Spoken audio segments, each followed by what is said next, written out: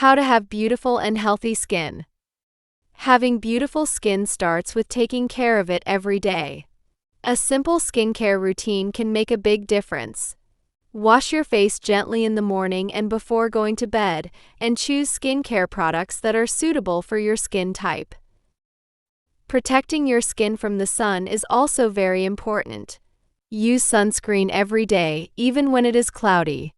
Sunscreen can help protect your skin from sun damage, dark spots, and premature aging. Your lifestyle also affects the health of your skin. Drink enough water, eat a balanced diet with plenty of fruits and vegetables, get enough sleep, and try to manage stress. These healthy habits can help your skin look fresh and naturally glowing. Most importantly, remember that beautiful skin does not have to be perfect. Everyone has different skin, and small imperfections are completely normal.